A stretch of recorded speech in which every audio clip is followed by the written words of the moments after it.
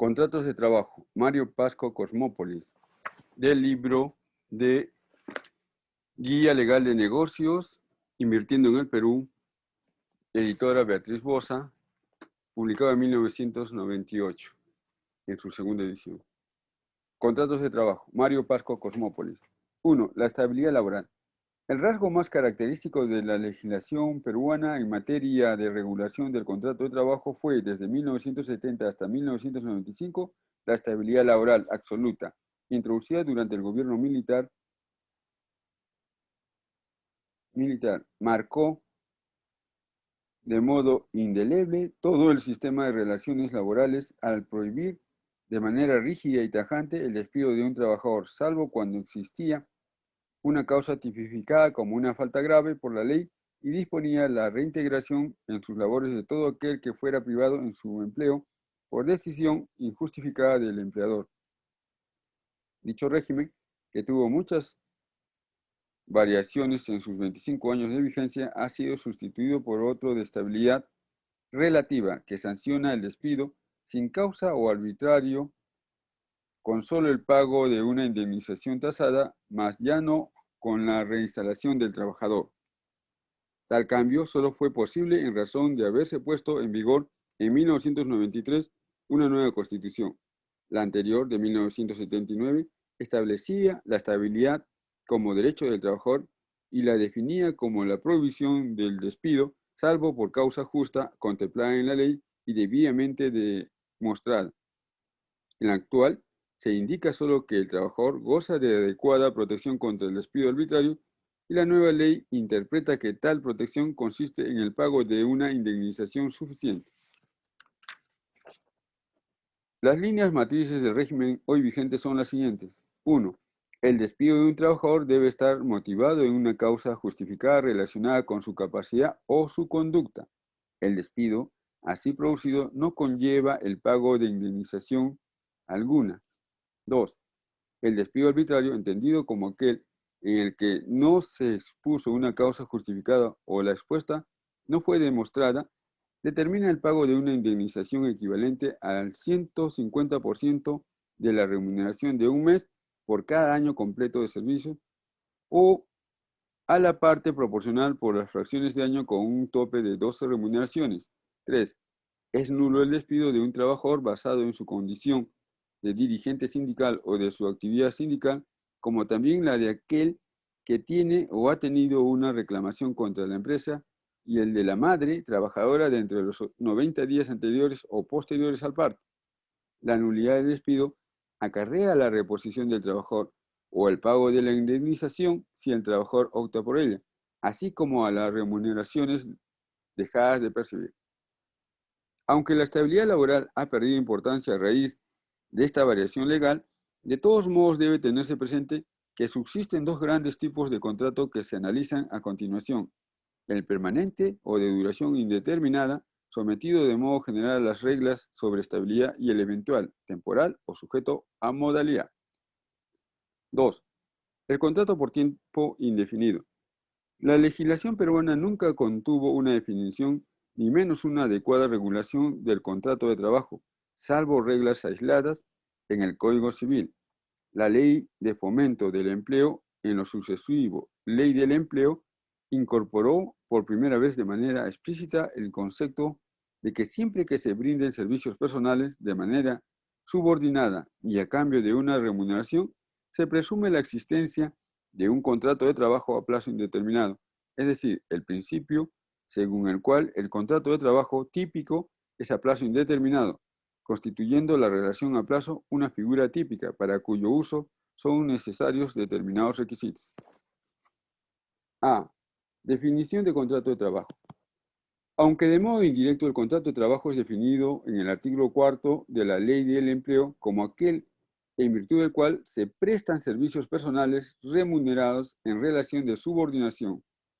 Sus elementos esenciales son, por tanto, los siguientes: trabajo personal, es decir, aquel prestado por una persona natural de naturaleza directa o de manera directa si quien brinda los servicios es una persona jurídica, o si el contratado recurre a su vez a terceros para que ejecuten físicamente las labores, nos encontraremos ante una relación de tipo civil o mercantil, mas no laboral.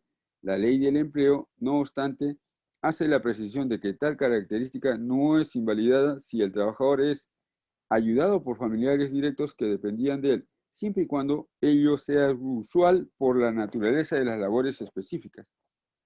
2. Remuneración. Crea un vínculo laboral únicamente la relación por la cual una persona pone a disposición de otra su fuerza a cambio de una contraprestación. El trabajo prestado de manera gratuita, graciosa o benéfica no da derecho a ser considerado trabajador dependiente. De acuerdo con el artículo 6 de la Ley del Empleo, es remuneración el íntegro de lo que el trabajador recibe por sus servicios, en dinero o en especie, cualesquiera sean la forma o denominación que se les dé, siempre que sea de su libre disposición, con prescindencia de los conceptos establecidos en los artículos 19 y 20 de la Ley de Compensación por Tiempos de Servicio. 3. Subordinación. Definida por la Ley del Empleo como la relación por la cual el trabajador presta sus servicios bajo la dirección de su empleador, el cual tiene facultades para normar reglamentariamente las labores, dictar las órdenes necesarias para la ejecución de las mismas y sancionar disciplinariamente cualquier infracción o incumplimiento.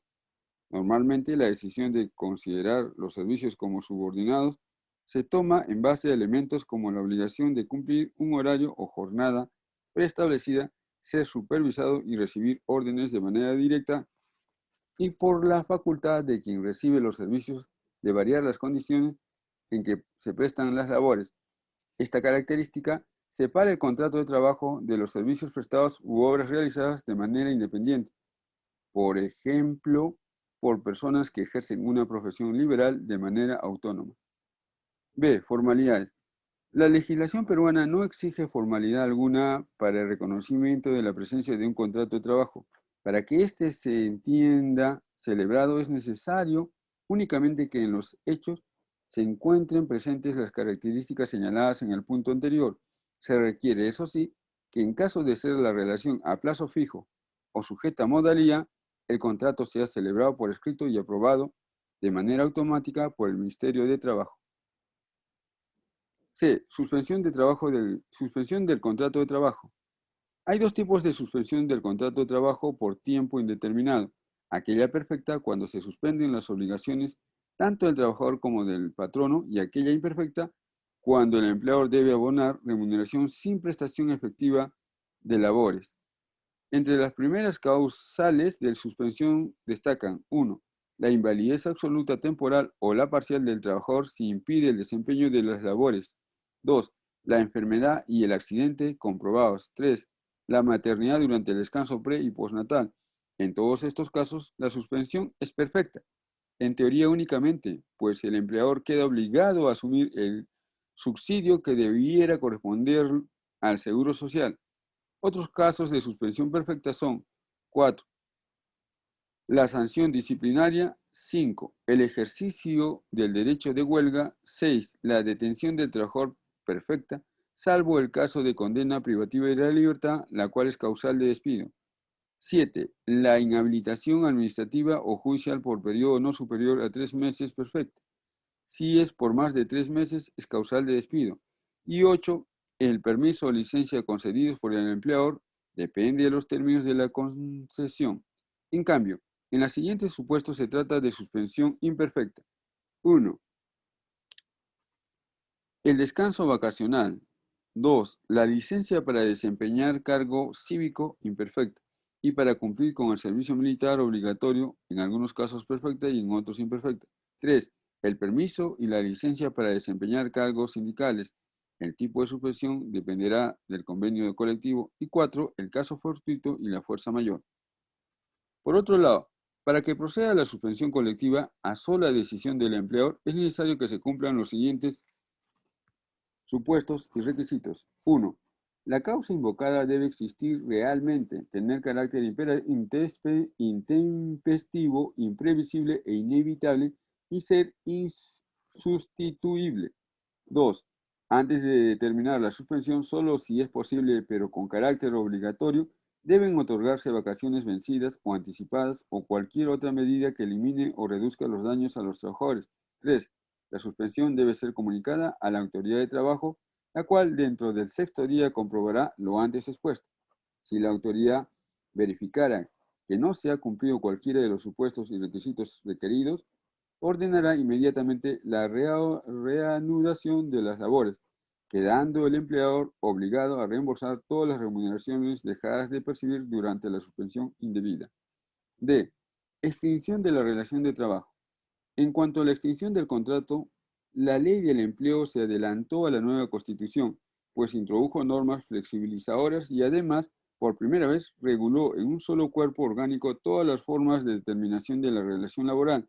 La ley marca claramente la diferencia entre las causas genéricas de extinción del vínculo laboral y las específicas que tienen que ver con el despido, al señalar las causas de extinción de la relación de trabajo en su artículo 16, reseñado por Alberto Varillas en la parte relativa a la estabilidad laboral en su trabajo incluido en este mismo libro. Del listado de causas de extinción de la relación laboral, algunas de las más destacables son las siguientes. 1. El cumplimiento del plazo estipulado. 2. La jubilación, que ahora es obligatoria si el trabajador ha cumplido 65 años de edad y reunido las aportaciones suficientes para alcanzar la máxima pensión que otorga el Seguro Social, y el empleador se obliga a completar la diferencia entre dicha pensión y el 80% de la remuneración habitual del trabajador. Y 3. El límite de edad, que se fija en 70 años, pudiendo las partes, sin embargo, continuar el contrato de común acuerdo. E. Cese colectivo por causa objetiva. Se detectan y separan 4 grupos de causales o causas de cese, cada uno de los cuales tiene un tratamiento procesal propio. 1. Caso fortuito y fuerza mayor. Definidos como eventos extraordinarios, imprevisibles e irresistibles. Son el primero el acto de Dios, por ejemplo, una catástrofe natural, y el segundo el acto del príncipe, cuyo ejemplo típico es la norma estatal que impide o limita la continuación de las actividades de la empresa. Producida la causa,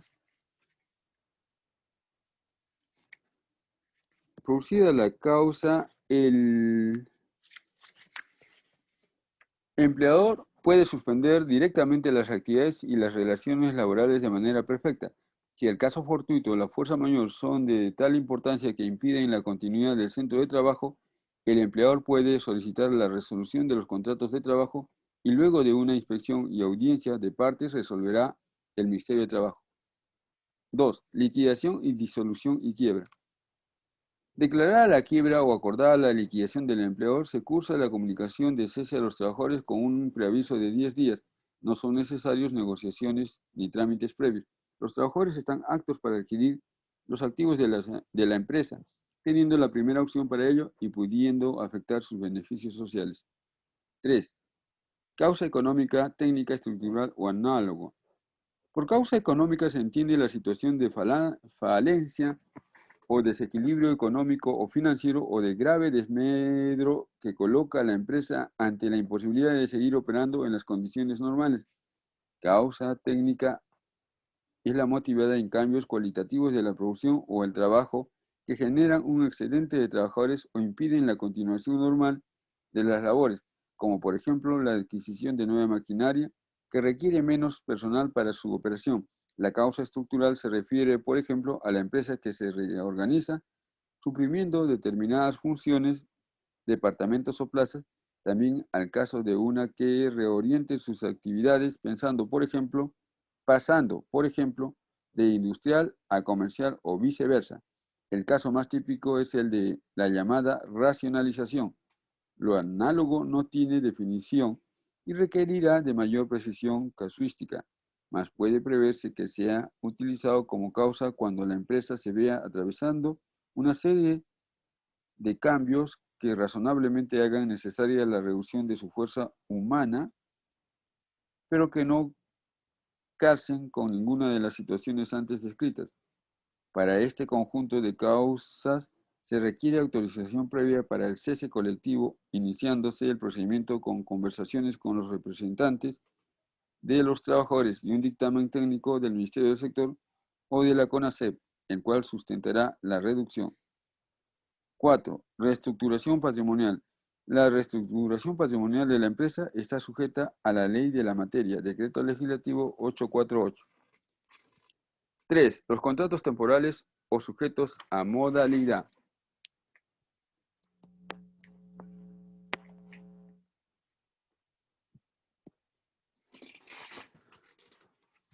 Tres.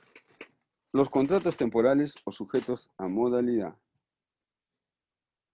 La ley del empleo dedica todo un título, el segundo, a los contratos de trabajo sujetos a modalidad, el punto de partida para la regulación de los contratos especiales es, sin embargo, el artículo cuarto de la misma norma, según el cual en toda prestación de servicios remunerados o subordinados se presume, salvo prueba en contrario, la existencia de un contrato de trabajo por tiempo indeterminado. Por excepción, puede celebrarse por escrito contratos para obra o servicio determinados o sujetos a condición o sujetos a plazo en los casos y con los requisitos que la presente ley establece, de donde se desprende primero que la normatividad general tiene marcada preferencia por el contrato típico y que el contrato temporal debe darse solo por excepción, sujeto a la existencia de una causa justificada. Los contratos atípicos y sus y sus renovaciones deben ser presentados dentro de los 15 días de celebrados ante la autoridad administrativa de trabajo para su conocimiento y registro. Si se presentan luego de dicho término, la empresa es pasible de ser multada. La ley del empleo distingue tres clases de contratos sujetos a modalidad que engloban 9 casos en que procede la contratación eventual, a saber, a. Contratos de naturaleza temporal. Hay 3 tipos de contratos de naturaleza temporal. Aquellos, 1, determinados para el lanzamiento de una nueva actividad, 2, por necesidad del mercado y 3, por reconvención empresarial. 1. Por inicio o lanzamiento de una nueva actividad. Es el caso de la contratación de personal para el inicio de la actividad productiva o para la posterior instalación y apertura de nuevos establecimientos o mercados, así como el inicio de nuevas actividades o el incremento de las ya existentes dentro de la misma empresa. Su duración máximo es de 3 años. El caso típico es la puesta en marcha de una nueva empresa o la inauguración de un nuevo local. 2. Por necesidades del mercado. Es el caso del contrato que se celebra con el objeto de atender incrementos coyunturales de la producción originados por variaciones sustanciales de la demanda en el mercado, aun cuando se trate de labores ordinarias que formen parte de la actividad normal de las empresas y que no pueden ser satisfechas con personal permanente. Su duración máxima es de hasta 5 años. Un claro ejemplo se dio cuando, al sustituirse los formatos de facturas y comprobantes de pago por la Superintendencia de Administración Tributaria, con miras a un mejor seguimiento de las transacciones comerciales, las imprentas que elaboran tales instrumentos vieron sorpresivamente incrementados los requerimientos del público para su producción. En tal caso, que era claramente coyuntural, las imprentas pudieron contratar personal para cubrir la sobredemanda de sus productos sin perjudicarse al tener que asumir tal personal como permanente cuando la demanda se estabilizó. 3.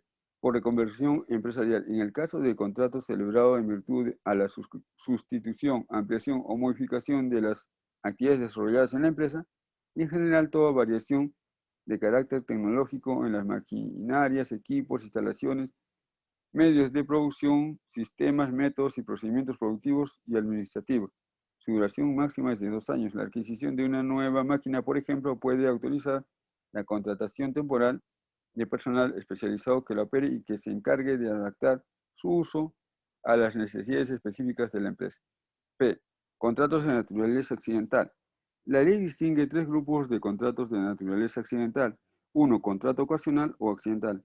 Es el celebrado para atender necesidades transitorias distintas a la actividad habitual del centro de trabajo. Su duración máxima es de 6 meses al año y se utilizaría, por ejemplo, si un centro de trabajo dedicado a brindar asesoría en un determinado campo asume un encargo integral que le obliga temporalmente a ocuparse de problemas ajenos a dicho campo, para lo cual requiere un trabajador especializado durante dicho periodo. 2. El contrato de suplencia. Se celebra con el objeto de sustituir a un trabajador estable de la empresa cuyo vínculo laboral se encuentre suspendido. Su duración máxima es la que resulta necesaria de acuerdo a las circunstancias. El empleador debe reservar el puesto a su titular, quien conserva su derecho de readmisión en la empresa. El caso Típico es el reemplazo que se requiere para cubrir el puesto de quien es enviado por la empresa a ser capacitado durante un periodo determinado, a efectos de lo cual se le otorga una licencia o para reemplazar a quien goza de descanso pre- y postnatal por maternidad. 3. Contrato de emergencia. Se celebra para cubrir las necesidades promovidas por caso fortuito o fuerza mayor. Su duración debe coincidir con la duración de la emergencia.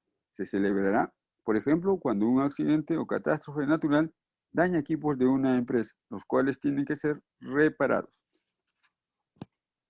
C. Contratos de obra o servicio. Hay tres tipos de contratos de obra o servicio. 1. Contrato para obra determinada o servicios específicos. En aquel es aquel que tiene un objeto previamente establecido y de duración determinada, debiendo durar lo que resulte necesario. En este tipo de contrato podrán celebrarse las renovaciones indispensables para la conclusión o terminación de la obra o servicio objeto de la contratación. Lo utilizará la empresa que requiere efectuar un mantenimiento integral de su planta o el pintado de la misma, por ejemplo. 2. Contrato intermitente. Este es celebrado para cubrir las necesidades de la empresa que por su naturaleza son permanentes pero discontinuas. Puede celebrarse con el mismo trabajador quien tendrá derecho de preferencia en la contratación, pudiendo consignarse en el contrato primigenio tal derecho, el que operará en forma automática. Un ejemplo típico son las empresas de la pesca extractiva, los cuales operan únicamente cuando hay pescado. 3. Contrato de temporada. Tiene por objeto atender necesidades propias del giro de la empresa o establecimiento que se cumplen solo en determinadas épocas del año y que están sujetas a repetirse en periodos equivalentes en cada ciclo en función a la naturaleza de la actividad productiva. Las fábricas de refrescos o helados constituyen un arquetipo del incremento de producción por temporada de verano al elevarse la demanda de sus productos en los meses cálidos. D. Otros contratos modales. La condición es una modalidad del acto jurídico cuya aplicación a determinados supuestos laborales no puede ser refutada. Procede también la contratación temporal para cualquier clase de servicio no previsto expresamente, siempre que el objeto sea de naturaleza temporal y por una duración adecuada al servicio que debe prestarse. El contrato sujeto a modalidad es considerado como de duración indeterminada si el contratado continúa laborando luego del vencimiento del plazo, de la culminación de la obra o servicio o de la reincorporación del titular, según sea el caso y cuando se comprueba que la labor cumplida por el trabajador no concuerde con la modalidad para la cual ha sido contratado. Los trabajadores contratados modalmente tienen derecho a percibir los mismos beneficios que por cualquier motivo correspondan a las estables del mismo centro de trabajo durante la duración de su contrato gozan de estabilidad laboral en el sentido de que si son despedidos sin causa justa tienen derecho a que se les abone el total de las remuneraciones hasta el momento en que hubieran vencido su contrato con el límite de 2. Otros regímenes temporales. La normatividad general sobre contratos a plazo reseñado ha dejado a salvo la existencia de otras situaciones en que procede la contratación temporal de acuerdo a normas preexistentes. Por ejemplo, 1. Las empresas comprendidas en el régimen de exportación no tradicional pueden celebrar contratos de obra para cubrir pedidos específicos del exterior, con solo acreditar su calidad de exportadoras por lo menos al 40% de su producción anual y la existencia de un pedido externo que justifica la contratación. Y 2. Las empresas situadas en normas francas están facultadas a contratar personal temporal sin mayores restricciones. Igualmente subsisten en los regímenes de construcción civil, de artistas, de deportistas, de personal extranjero, etcétera, los cuales por la naturaleza de las actividades son típicamente modales. Biografía. Dada la poca antigüedad de las normas que han regulado o innovado la materia, resultan pocos los estudios sobre el tema. Puede consultarse, sin embargo, Morales, Carlos, Guillermo, las relaciones previas al contrato de trabajo en la Ley de Fomento del Empleo, en Análisis Laboral, volumen 16, número 183, septiembre de 1992. Pasco, Cosmópolis, Mario, la estabilidad laboral en la Ley de Fomento del Empleo, en Análisis Laboral, volumen 16, número 180, julio de 1992. Sanguinetti, Raimondo, Wilfredo, los contratos de trabajo sujetos a modalidad de naturaleza temporal en la Ley de Fomento del Empleo, en Asesoría Laboral, año 3, número 34 de octubre de 1991. Reforma laboral en la empresa, en Revista Peruana de Derecho de la Empresa, 4, Asesor Andina, Publicaciones Lima, 1992.